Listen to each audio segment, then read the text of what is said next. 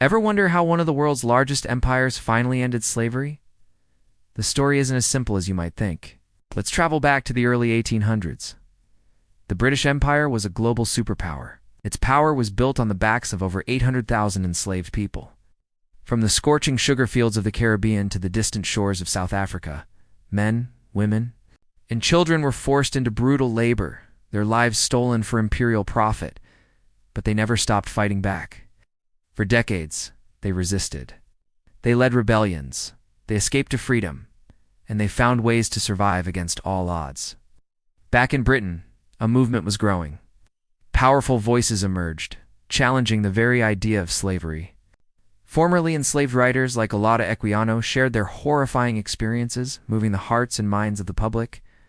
Campaigners like William Wilberforce fought relentlessly in the halls of power. And ordinary people signed massive petitions, demanding an end to this inhumane practice. The pressure was building, but the tipping point came in 1831 with the Baptist War in Jamaica. This was the largest slave uprising in British history. Although it was brutally crushed, the rebellion sent shockwaves through the empire. It proved one thing for certain: slavery was becoming impossible to control. 2 years later, in 1833, Parliament finally passed the Slavery Abolition Act. It promised freedom across most of the British Empire. But was it truly freedom? Not yet. Instead of immediate liberation, most adults were forced into a system called apprenticeship. This meant they had to keep working for their former owners, without pay for several more years. Yet it was slavery by another name, a cruel delay tactic filled with abuse. This system didn't end until 1838. And here's the most shocking part.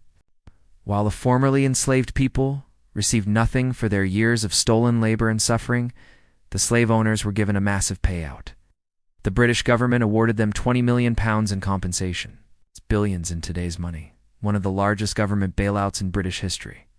So, on August 1st, 1834, when slavery legally ended, it was a moment of immense hope.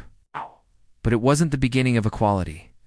The newly freed communities faced crushing poverty, deep-seated racism, and laws designed to restrict their rights for generations. Emancipation in 1833 was not a gift from a benevolent empire. It was a hard-won victory earned through resistance, struggle, and immense sacrifice.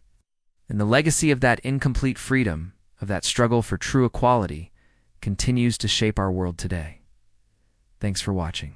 If you found this story important, hit that like button and subscribe for more hidden histories.